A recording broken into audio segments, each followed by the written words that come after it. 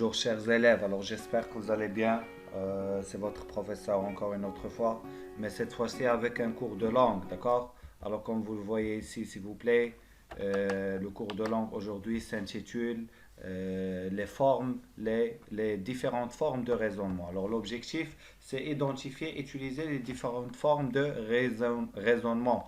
Alors s'il vous plaît, vous prenez la date d'aujourd'hui, lundi 4 mars 2020. Activité de langue. L'objectif, on va identifier, utiliser en même temps les différentes formes de raisonnement. Très bien.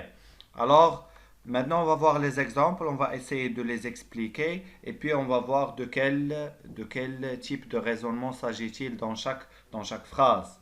Avant d'entamer, s'il vous plaît, les exemples, vous devez savoir que pour organiser une argumentation, un texte argumentatif s'organise autour d'une thèse étayée par des arguments, d'accord? Dans un texte argumentatif, on trouve une thèse, elle est étayée par un bon nombre d'arguments, d'accord? Alors la thèse, je suis désolé s'il vous plaît pour ce message.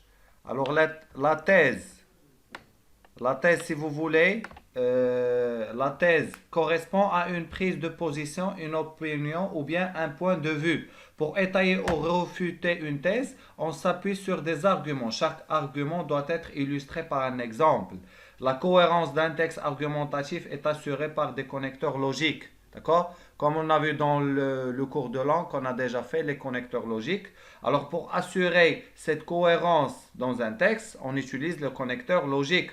En fonction de la stratégie argumentative adoptée, on choisit le type de raisonnement et les arguments qui permettent de défendre la thèse en question. D'accord? Alors, en fonction de la stratégie argumentative, et on a des stratégies argumentatives, et on a des types de raisonnement, si vous voulez, ou bien des stratégies argumentatives, on les choisit ou bien on les adopte selon le type de raisonnement et les arguments qui permettent de défendre une thèse en question. Alors prenons le premier exemple, si vous voulez. Alors l'homme détruit les forêts, d'accord, pour étendre les terres agricoles. L'érosion des sols provoque de graves inondations. Donc, un plan de sauvetage de la forêt doit être mis en place. Alors la thèse, s'il vous plaît, ici, la thèse ici dans cette phrase, c'est que l'homme détruit les forêts pour étendre les terres agricoles. L'érosion des sols provoque des graves inondations. Alors sur quoi s'est basé l'auteur pour raisonner? Alors l'auteur ici, pour raisonner dans cette phrase, pour dire qu'il faut un plan de sauvetage de la forêt, il s'est basé de quoi? Il s'est basé sur l'observation. Alors il a observé que l'homme il détruit la forêt, ainsi de suite, d'accord? Alors lorsqu'on observe, d'accord? On observe par exemple un phénomène et on déduit une résultat, d'accord? On sort par un résultat. Alors ici, dans cette première phrase, on l'appelle le raisonnement inductif. Raisonnement inductif, pourquoi? Parce que ici, l'auteur, il s'est basé, pour raisonner, il s'est basé sur l'observation. Il a observé ce qui se passe dans la forêt et puis il a donné un raisonnement. Il a dit qu'il faut un plan de sauvetage de la forêt doit être mis en place. Donc, il s'est basé, comme on a dit, sur l'observation. Donc, c'est le raisonnement inductif, si vous voulez. Inductif, d'accord? Raisonnement inductif. Il a induit qu'il faut mettre un plan de sauvetage. Deuxième phrase. La sédentarité expose à de graves maladies. Or, vous ne faites aucun exercice physique, donc vous courez d'énormes risques. Alors, s'il vous plaît, ici, dans cette deuxième phrase, la thèse et les arguments, on doit essayer de repérer la thèse dans cette phrase et aussi les arguments. Alors, très bien. Les arguments, c'est quoi? La sédentarité expose à de graves maladies. Et plus encore, vous ne faites aucun exercice physique. Alors sur quoi il s'est basé l'auteur pour raisonner? Ici, l'auteur, pour raisonner, il s'est basé sur quoi? Alors il s'est basé sur une idée générale, d'accord? Une idée générale, c'est que la sédentarité expose à de graves maladies. On ne fait aucun exercice, les gens ne font pas des exercices physiques.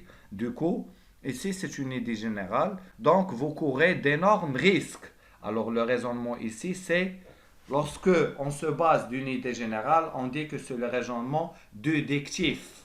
Alors, la première phrase, raisonnement inductif, et la deuxième phrase, raisonnement déductif. Alors, ceci, on va le voir dans le tableau suivant. D'accord? Et puis maintenant, la troisième phrase. Sans doute, l'aide alimentaire est-elle utile pour les pays victimes de la sécheresse, mais il risque de les transformer en éternels assistés. Alors la thèse ici en question, c'est que l'aide alimentaire est utile pour les pays victimes de la sécheresse. D'accord? Alors quelle place occupe la phrase qui suit la thèse? Alors regardez s'il vous plaît. Regardez s'il vous plaît la thèse. La thèse, on a dit, c'est que sans doute l'aide alimentaire est-elle utile pour les pays victimes de la sécheresse. Mais il risque de les transformer en éternels assistés. Alors si vous remarquez ici, s'il vous plaît, la relation entre les deux phrases, la première et la deuxième, entre la thèse et la deuxième phrase, que on regarde que les deux phrases, ils s'opposent. Alors il y a une antithèse ici. Alors s'il vous plaît, lorsque vous trouvez qu'il y a une antithèse, d'accord, il y a deux phrases qui sont opposées, d'accord, qui se suivent, alors on dit ici qu'il s'agit d'un raisonnement concessif, d'accord, le raisonnement concessif. Très bien. Alors maintenant, s'il vous plaît, la quatrième phrase. Le Sénat et le peuple, comme un seul corps, périssent par la discorde et prospèrent grâce à la paix. Alors s'il vous plaît, ici, on va repérer les différentes protagonistes mis en œuvre dans cet exemple. Alors on a d'abord le Sénat et le peuple. Comment sont-ils présentés par l'auteur? Alors il les compare. Alors il a comparé ici, s'il vous plaît, l'auteur, il a comparé le Sénat et le peuple. À quel résultat aboutit l'auteur?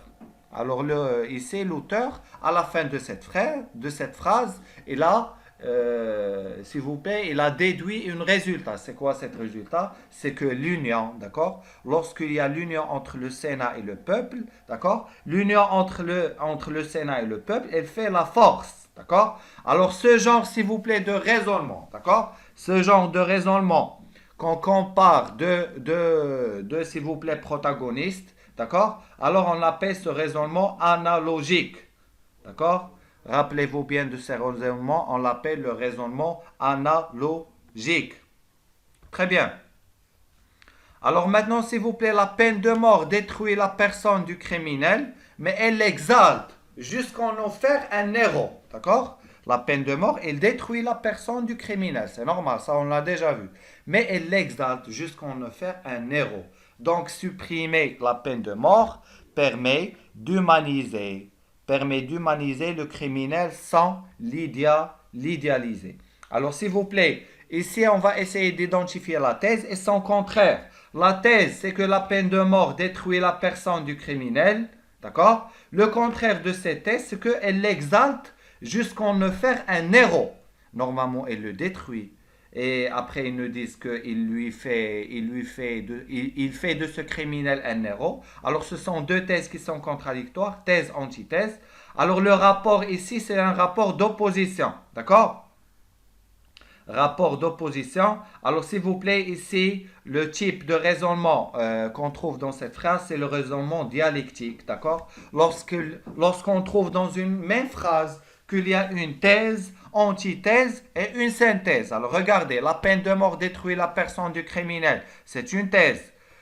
Antithèse, mais elle l'exalte jusqu'à en faire un héros. Voilà l'antithèse. Regardez ici, ils vont nous donner la synthèse. Donc, supprimer la peine de mort permet d'humaniser le criminel sans l'idéaliser. D'accord? Alors ici, on nous a donné une synthèse. Alors lorsqu'on trouve dans une même phrase, s'il vous plaît, une thèse, antithèse et en même temps une synthèse, alors on appelle le raisonnement dialectique. Alors comment on fait? On a appelé le plan dialectique. Pourquoi? Parce qu'on met thèse, antithèse, synthèse. Si vous vous rappelez bien dans la production écrite, c'est ça ce qu'on faisait. Alors j'espère que c'est clair pour tout le monde, s'il vous plaît. Les différents types de raisonnement qu'on a vus ici. Alors, regardez, dans le tableau qui récapitule tout ce qu'on a dit. La première phrase, c'est le raisonnement inductif. Pourquoi? Parce qu'il s'agit de partir de l'observation d'un fait particulier pour en tirer une idée générale, une règle ou un principe. D'accord? كنمشيو من واحد l'idée صغيرة, mais après كناخدو واحد l'idée générale. Très bien. Deuxième phrase, raisonnement déductif. C'est à partir d'une idée générale qu'on déduit un fait particulier ou une conséquence. On part d'une idée générale et on déduit un fait particulier. Le raisonnement concessif, l'énonciateur commence par reconnaître la thèse et les arguments adverses. Il me donne la thèse et les arguments adverses avant de les réfuter et les défendre plus librement les siens. Ça veut dire ses arguments. Alors, il commence par accepter les arguments de l'autre, de l'adverse, et puis il les accepte, et après, il donne ses arguments, les siens. C'est le raisonnement concessif, c'est la troisième phrase. Quatrième phrase, raisonnement analogique. Raisonnement, s'il vous plaît, analogique, lorsqu'il y a une comparaison. Il s'agit de rapprocher deux réalités différentes. On compare deux réalités différentes pour faire admettre une conception originale. D'accord? Alors, raisonnement analogique. Raisonnement dialectique, ce raisonnement part de deux propositions contradictoires, thèse, antithèse et synthèse, rallie les deux propositions. Alors, on trouve dans une même phrase une thèse, antithèse, en même temps une synthèse qui rallie les deux propositions. Alors, j'espère que c'est clair, s'il vous plaît, pour tout le monde, les différents types de raisonnement qu'on a vus. Alors, essayez, s'il vous plaît, de relire les phrases, de les réexpliquer. Essayez de les bien comprendre, d'accord? Et puis, voilà, vous avez les différents types de raisonnement, s'il vous plaît, et les différentes définitions de chaque type de raisonnement. Alors, j'espère que c'est clair pour tout le monde. Je vous souhaite une bonne journée. Merci pour votre attention.